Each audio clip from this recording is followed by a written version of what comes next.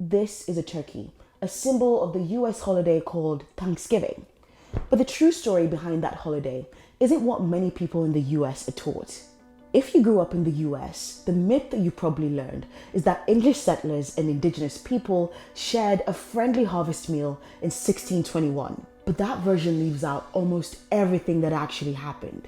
The story usually begins with English colonists arriving in modern-day Massachusetts. They were unprepared for the winter, so Indigenous people showed them how to plant corn and other crops. Then the settlers invite their Indigenous neighbors to a feast to celebrate their first harvest. But that's not the real story.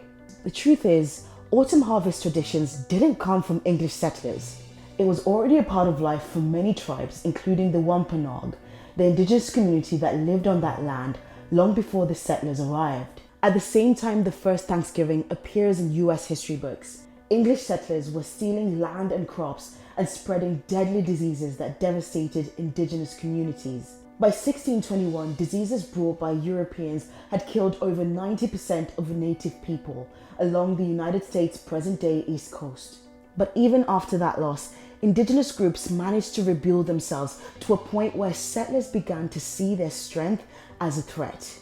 By 1637, in what's now Connecticut, colonists were fighting the Pequot Nation for control of trade.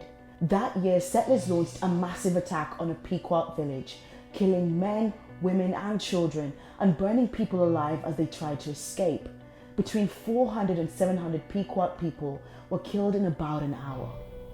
After winning the Pequot War, the Massachusetts Bay Colony Governor John Winthrop declared a day of Thanksgiving.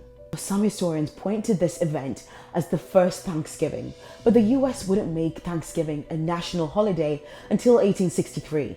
Now, in the centuries that followed, settlers continued to seize land, enslave indigenous people, and carry out violent campaigns of genocide, forced removal, and assimilation, often in the name of God and civilization. And that's why many indigenous people don't consider Thanksgiving a day of gratitude. Since 1970, they've observed a national day of mourning. Each year, many indigenous people gather in Plymouth, Massachusetts, the same place the English landed in 1620, to remember their ancestors and to honor the millions of indigenous people killed by colonizers over generations. So next time you think about turkey on Thanksgiving, remember the holiday's racist history and the true story indigenous communities have been keeping alive for generations.